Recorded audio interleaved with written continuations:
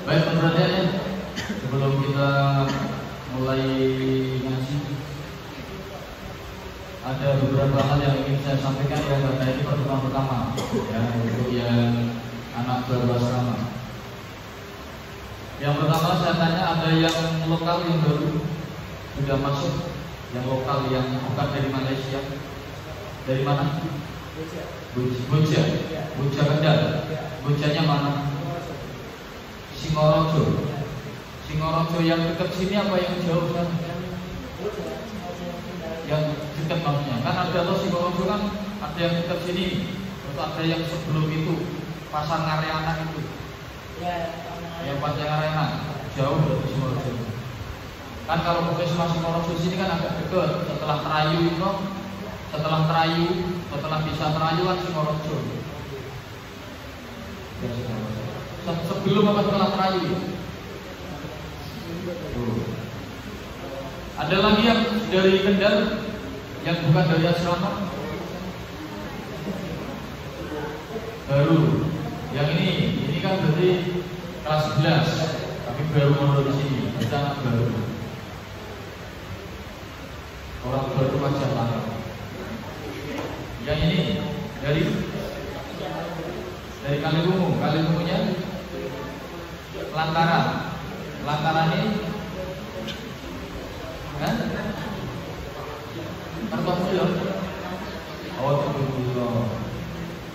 Dulu mau dari mana? Pernah mondok nggak? Belum, baru kali ini. Oke, enggak, jangan ngobrol dulu yang laki-laki. Ngobrolnya nanti nih. Kapan duduk, bring, dibuka kamu sini, kayak ngumpet nih ekonomi lo. Kamu sini, biar kelihatan. Sama tuh kosong sama yang ngumpet sini. Kamu sukanya ngumpet sih ngumpet nih buri. Ini boleh nggak apa-apa, sini boleh, itu boleh. Terserah mau pilih mana. Gak terbit. Loh, barisan singapura. Nah, ada yang terbit aku gak perlu. Rumahnya kok. Ya, suwi aku perlu kangenku rakari dan. Ya. Kemudian yang dari Malaysia berapa anak menjejari yang baru? 10. 7 mana lagi mana aja? 7 satu. Yang perempuan berapa? 2. Yang perempuan hanya 2. Yang mana yang 2? Yang 2 non muslim semua. Oh, yang pakai kerudung itu non muslim. Yang laki-laki 1. 2 di mana? Non muslim juga. Berarti non muslimnya 4. Oh, tidak apa-apa. Ya. Baik anak-anak, kalian karena di sini baru dan yang kelas 11, 12 juga baru masuk loh. Baru masuk berarti kan baru. Kemarin sudah libur 1 tahun loh. Tahun Hijriah masuk. Ya kan kamu kan kemarin ada 1 surah. Kan tahun baru Muharram dari 1444 ke 1447 berarti kan tahun baru 1 tahun. Ingat kan? Harus ada peningkatan ya, sebagaimana kemarin yang saya sampaikan. Jangan sampai tidak ada peningkatan. Mulai pertemuan saya besok yang terlambat sholat maghrib tidak ikut sampai zikir sampai selesai, sholat sendiri atau tiba-tiba datang pada saat saya ngaji, saya kasih busam 30 kali atau putar lapangan 3 kali, pilih mana. Wabil khusus yang senior.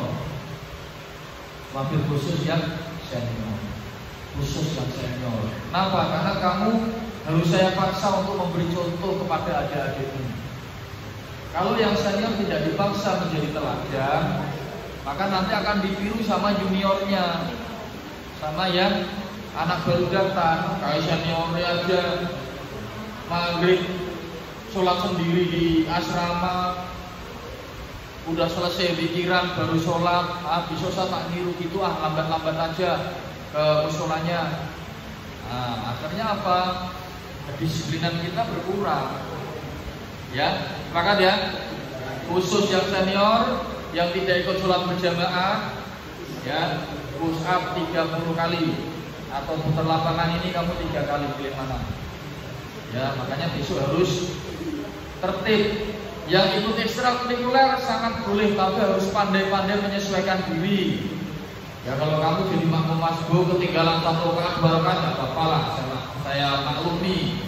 Tapi jangan kemudian setelah rampung pikiran pejek sholat dewi, tidak boleh. Alat ini kamu mondok, ya tuh. Kemudian yang kedua, untuk anak-anak baru, dengarkan, kalian ini berada di lingkungan yang baru, yang dari Malaysia, yang sudah pernah ke Indonesia siapa sebelum ini? Ya kalau Aina kan dulu yang baru. Kamu udah pernah ke Indonesia? Kapan? Masih kecil. Di Indonesianya sebentar apa lama? Sebentar toh kan? Ini nanti kamu 3 tahun di Indonesia. Ya. Terus siapa lagi yang laki-laki ada? Kamu pernah ke Indonesia? Kapan? Waktu mau 5 tahun. Sebentar apa lama? Sebentar. Nah ini kamu di sini nanti 3 tahun. 3 tahun itu waktu yang lama. Karena 12 bulan. Ya, 12 bulan berarti 30 hari. Setahun ada kurang lebih berapa hari? 360 hari loh, 1 tahun ya. Kalau kamu 3 tahun berarti kira-kira berapa? Berapa ratus hari kamu di sini? Ada 1000 hari ya? 1000 sekian, kamu hitung sendirilah. Berapa hari kamu nanti di SMK Bina Utama Kendal. Sebelumnya ada yang sudah pernah merantau atau mondok yang baru? Baik yang lokal di mana? Di Jogja. Ada lagi yang lain? Yang pernah merantau, mondok atau mungkin tinggal di asrama di kos? Ada? Barusan hanya 1 ya. Oke. Dengarkan. Kamu nanti di sini dalam waktu yang tidak sebentar, 3 tahun itu lama. Ya. Mungkin ini adalah hari pertama kamu mengenal bagaimana dan seperti apa SMK Bina Utama Kendal, Pondok Bahrul Ulum, sama-sama BU-nya, sekolahannya namanya Bina Utama, pondoknya Bahrul Ulum. Itu tentu lingkungannya baru, pergaulannya baru, budayanya juga baru semua. Ini bisa.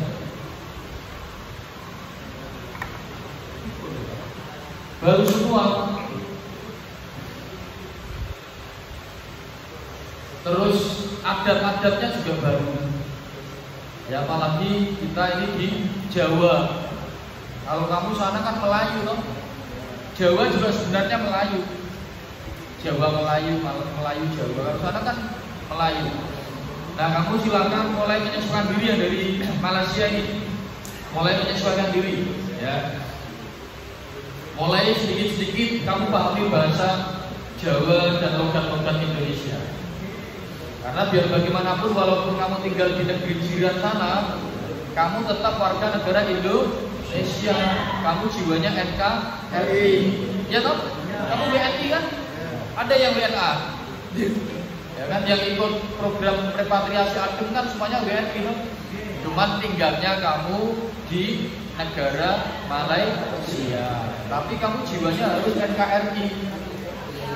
Oke, silakan nanti kalian pelajari budaya Jawa, budaya Indonesia yang lain, ya. Kamu sedikit-sedikit belajar bahasa Jawa, jadi paling tidak kamu 3 tahun pulang ke Malaysia nanti sudah bisa bahasa sopo kowe, sopo sampean, omah mundi, wis makem koru. Paham ra? Wis makem koru. Apa? Oh, udah makan belum? Kamu udah tahu sebelumnya wis makan belum? Udah tahu kan? Sekarang kamu wis makan belum? Udah makan belum? Wis wareg kurung? Wis wareg kurung? Sudah kenyang belum? Ya kan? Sopo jenengmu? Jenengmu sopo? Namamu siapa? Nah, jenengmu sopo itu kalau bahasa Indonesianya, dengan bahasa Malaysianya namamu siapa? Budak kan sana anak-anak toh? Kalau sini budak itu pembantu. Buddha itu membantu. Membantu sana apa? Membantu orang yang bantu. Tapi Buddha itu lebih rendah. Buddha itu sebagaimana dulu zamannya Kanjeng Nabi itu kan ada orang yang diperjualbelikan. Itu namanya kalau bahasa Indonesianya Buddha. Jadi dulu zaman Rasulullah itu masih memperjualbelikan manusia. Nyomi, aku beli Buddha, saya punya Buddha, mau kamu beli berapa? Beda ya, beda istilah, beda agama, beda bahasa, beda istilah. Arab Nabi mau kemana? Ya kemudian dengan saya nanti kamu akan ngaji 2 kitab. Yang pertama Safinatun Najah. Safinatun Najah itu mempelajari tentang hukum-hukum ibadah, terutama ibadah makruh. Bagaimana syarat dan rukunnya sholat, puasa dan lain sebagainya. Tapi karena ini kamu pondok semi asrama, materinya saya lanjutkan, nanti kamu menyesuaikan. Karena saya ngajinya pelan-pelan sekali, per 2 minggu. Kalau minggu ini Safinatun Najah, minggu besok berarti Aqidatul Awam. Nah, untuk saat ini Aqidatul Awam, ya. Nah, pada bab Aqidatul Awam kemarin kita sampai dengan para nabi dan rasul.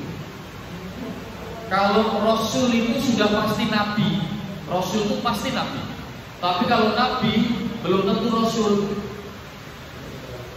Nabi dan rasul yang wajib diketahui ada berapa? Ada 25, dari Nabiullah Adam sampai dengan Nabi Muhammad SAW, Nabi Rasul Khotamul Anbiya. Wis ra ono nabi lagi. Kalau tiba-tiba nanti ada orang di sosial media mengaku nabi, ya kan, mendapatkan wahyu, melihat malaikat Jibril, berarti bohong, tidak ada. Kalau wali ada, wali sampai nanti hari kiamat itu akan terus ada wali. Tapi kalau nabi tidak, nabi sudah ditutup Khotamul Anbiya. Terakhir adalah Nabi Muhammad. Kalau jumlah nabi berapa? Ribuan jumlah nabi itu. Dari zaman Nabi Adam sampai zaman Nabi Muhammad ribuan. Cuman yang banyak ditulis itu ada 313 nabi.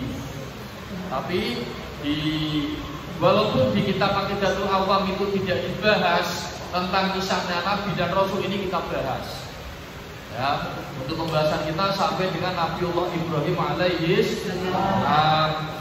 Setelah Nabiullah Ibrahim melakukan percakapan kepada ayahnya dengan berupa pembantahan. Kan ayahnya Nabi Ibrahim itu pekerjaannya membuat berhala. Dan karyanya ayahnya Nabi Ibrahim itu berhalanya bagus-bagus, harganya mahal-mahal. Yang pesan itu para penggede itu para bangsawan, orang-orang kaya yang pesan. Tapi dibantah di sekilas ya tentang kemarin. Kemudian Nabi Ibrahim merenung, kan waktu itu belum ada Al-Quran, karena agama Islam belum turun waktu itu. Yo Islam cuma namanya agama tauhid. Nabi Ibrahim ketika malam hari, oh Tuhanku adalah bintang. Oh tidak, ternyata bintang kalau siang tidak ada. Tuhanku bulan.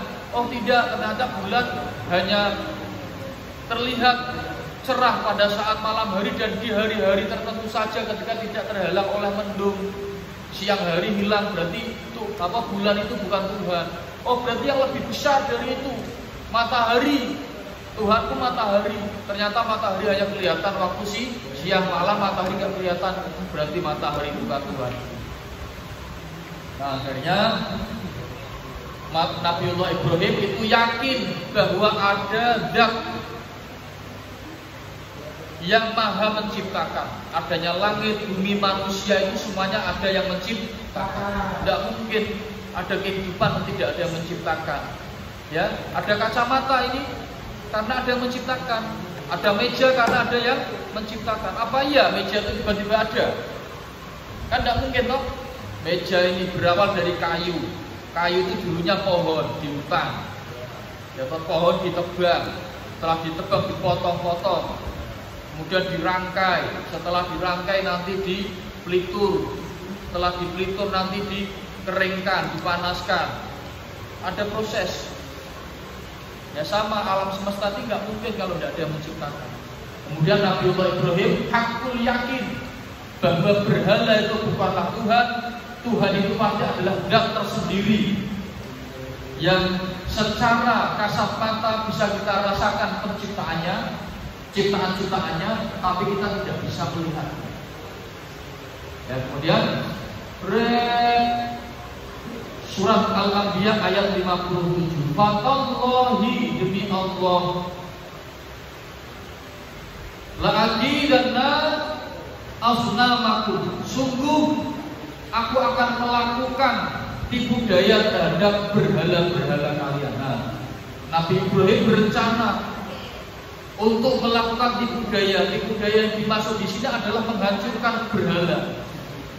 Nabi Ibrahim terus berencana menyiapkan kapak untuk menghancurkan berhala-berhala yang jadi sesembahan kaumnya.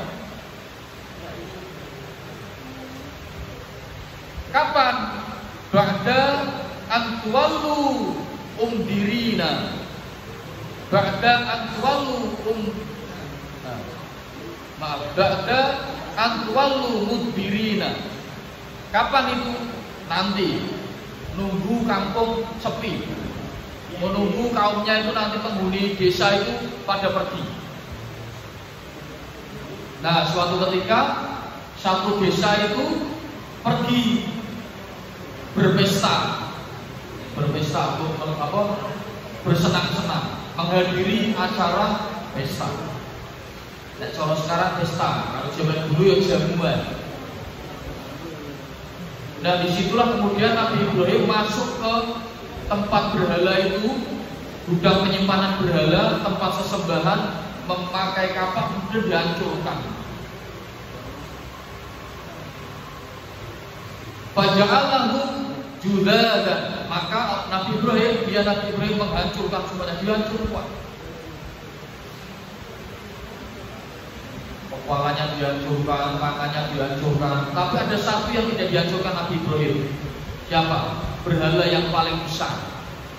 Jadi berhala yang paling besar itu tidak dihancurkan Nabi Ibrahim, yang menjadi kebanggaan para bangsawan orang-orang kaya di kampung itu. Kapaknya dikalungkan di lehernya. Jadi kapaknya itu yang buat penghancuran dikalungkan di lehernya. Oke. Kenapa seperti itu? La'allahu ilaihi yarji'un, agar mereka kaumnya Nabi Ibrahim itu kembali dan berpikir, agar mikir. Nah, sepulang dari pesta, ketika kaumnya ini melakukan sesembahan pada berhala, masuk ke gudang atau kuil berhala itu,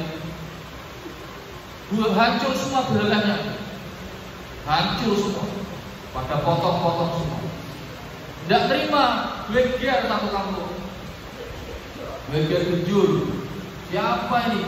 Berani-beraninya orang menghancurkan Tuhanku. Tuhan bisa dihancurkan. Siapa? Kok cuma disisakan satu yang paling besar? Kemudian surat Al-Anbiya ayat 63. Qala bal fa'alahu kabiruhum. Ibrahim berkata, qala bala fa'alahu kabiruhum, patung besar itu yang melakukannya. Jadi ketika geger, ini satu desa yang tidak ikut banyak Ibrahim ini. Berarti Nabi Ibrahim. Berarti kamu yang menghancurkan berhala-berhala kaum kafir ini. Akhirnya Nabi Ibrahim dipanggil di kerajaan, namanya Raja Namrud bin Kan'an. Jadi dulu di kota Babilonia, sekarang Irak. Dulu namanya Babilonia, sekarang Irak. Raja Namrud disidang di situ. Ibrahim, kamu nih di sini yang tidak ikut sendiri, satu kampung sepi, kok kamu bisa-bisanya menghancurkan berhala-berhala? Kata siapa? Saya menghancurkan berhala. Mana saksinya? Siapa saksi matanya yang melihat saya menghancurkan berhala-berhala ini? Sudah jelas karena satu kampung yang tidak ikut cuma kamu, berarti kamu pelakunya. Ya tidak bisa. Coba tanyakan pada itu yang paling besar itu. Itu kan yang kalungan apa itu, yang bawa kapak itu kan dia. Dia tidak hancur sendiri. Nah, Ibrahim bilang gitu. Hada fas'aluhum in kanu yantiqun. Tanyakan saja. Coba tanyakan pada yang paling besar itu. Dia bisa bicara enggak? Berarti kan harusnya dia bisa bicara lah, dia Tuhan. Masa Tuhan tidak bisa bicara? Dibantah Nabi Ibrahim itu.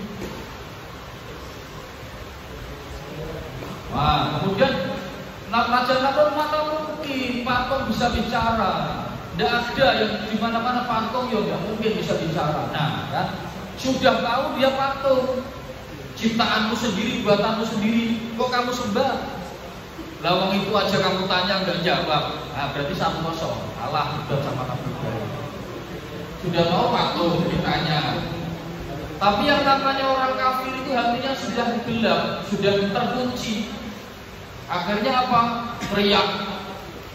Qalu hariku. Mereka berkata, bakarlah Ibrahim, bakar dia Ibrahim. Qalu hariku. Bakar, Nabi Ibrahim kon bakar. Baik. Bakar. Teriak-teriak ini terus. Wansuru alihatakum.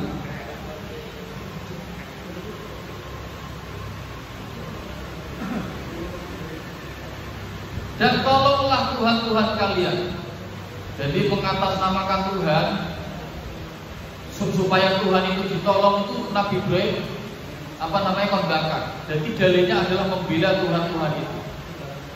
Jadi in kuntum fa'ilin, jika kalian benar-benar hendak bertindak, jika kalian beriman ingin membela Tuhan-Tuhan kalian yang berhala-berhala ini, ya Ibrahim harus dibakar.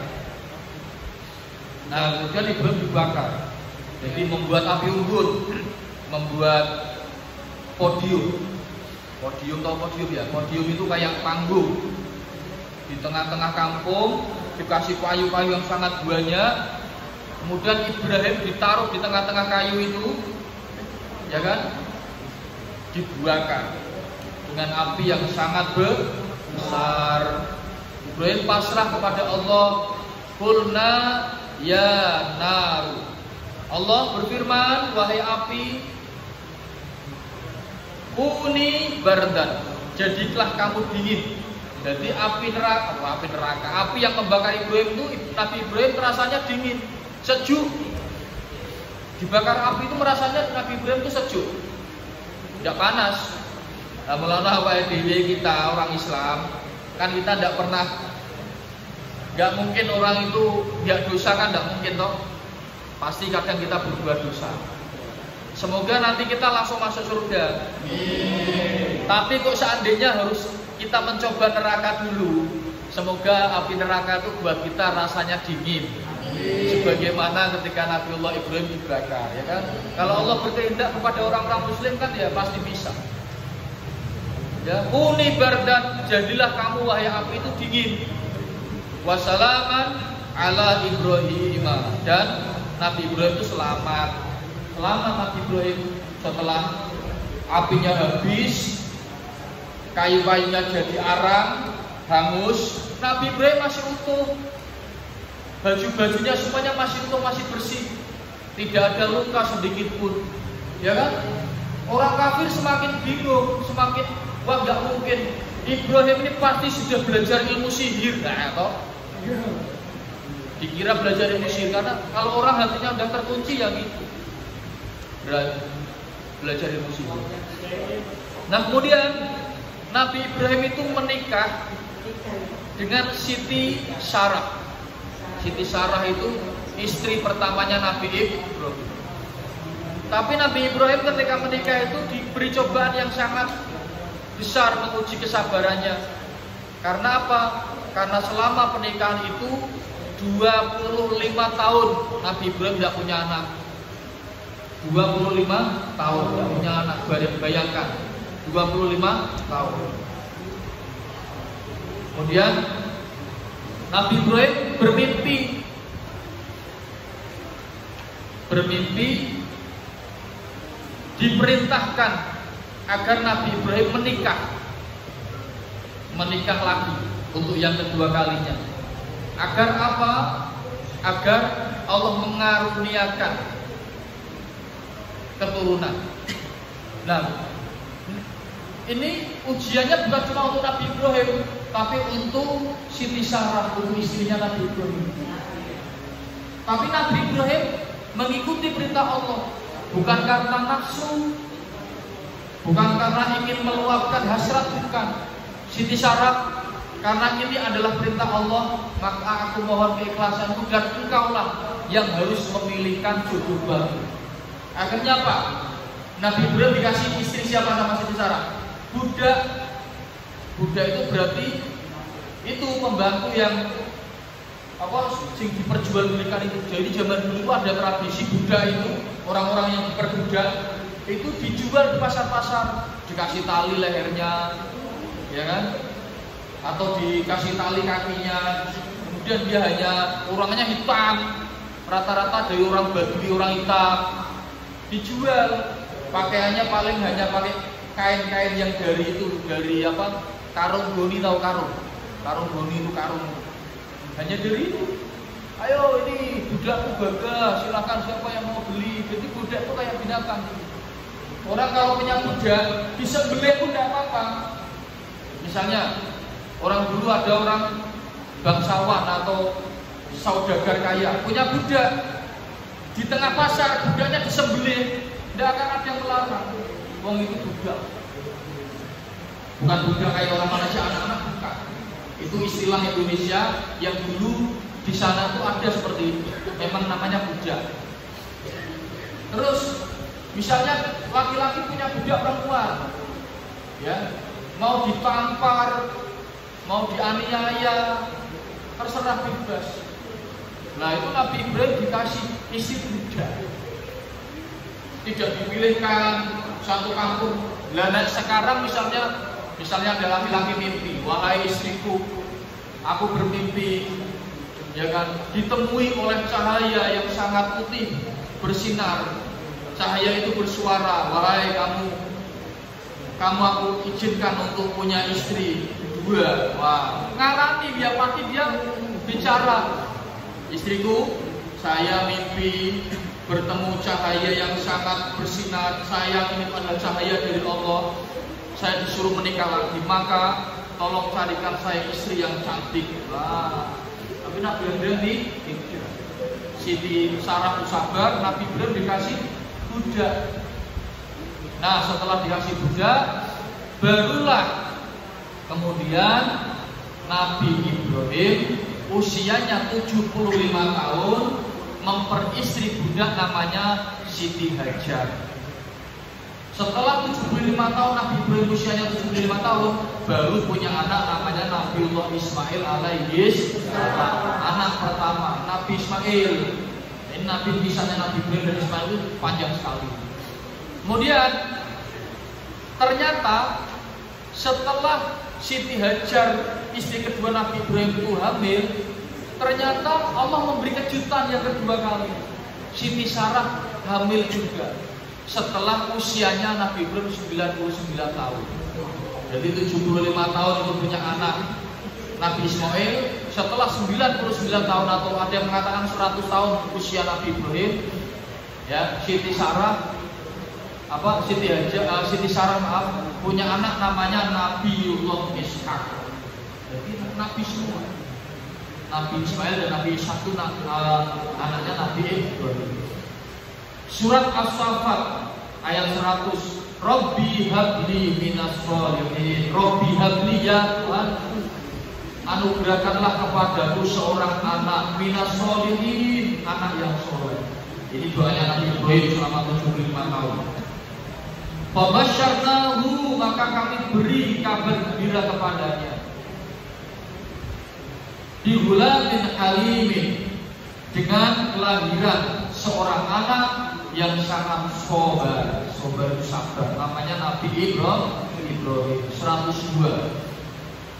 Surat As-Saffat 102. Falamma balagha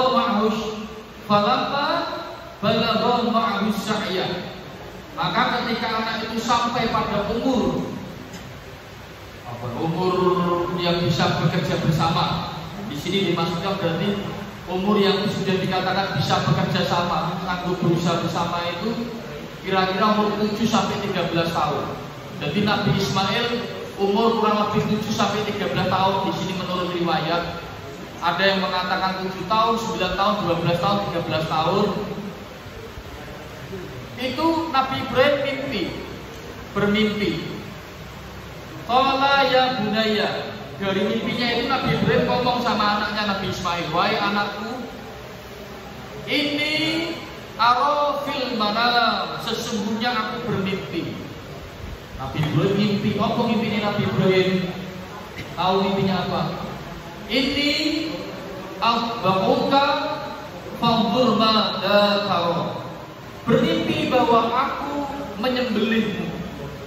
Anak lagi lucu-lucunya, lagi senang-senangnya, bahagia-bahagianya, Nabi Ibrahim mimpi menyembelih anaknya sendiri. Fanzur madza tara. Lalu bagaimana pendapatku tentang mimpiku ini? Dijawab. Kira-kira nek wong saiki kalau orang sekarang kira-kira gimana? Mimpi nyembelih anaknya sendiri. Lah Nabi Ibrahim beda. Nabi Ibrahim kan nabi. Qala ya abati fa'al. Dia itu Nabi Ismail menjawab, wahai ayahku, lakukanlah. Nabi Ismail lakukan. Ma tu'maru satajiduni. Apa yang diperintahkan kepadamu. Jadi Nabi Ismail tahu kalau mimpi itu adalah perintahnya Allah. Kenapa? Karena Nabi Ibrahim selalu menjadi teladan, tidak pernah bohong sama sekali. Insyaallahu minas sabirin. Insyaallah engkau akan mendapatkan termasuk orang-orang yang sabar. Insyaallah Nabi Ibrahim dan Nabi Ismail kita termasuk orang-orang yang sabar. Jadi disembelih. Tahu disembelih ya? Potong. Nah, nanti kita bahas momen bagaimana Nabi Ibrahim itu naik di atas gunung, menyiapkan batu, mengasah pisau yang sangat tajam. Karena Nabi Ismail itu bilang, ayah, asahlah pisau itu dengan sangat tajam agar engkau bisa cepat melakukannya dan aku merasakan sakitnya cepat. Setelah itu langsung nyawaku melayang. Jangan sampai pisaunya ketul. Kalau ketul diegre-egre.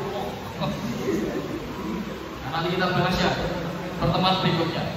Kalau ngaji dengan saya gak usah banyak-banyak, sedikit tapi istiqomah. Ada pertanyaan? Cukup? Apa Aina? Apa nih?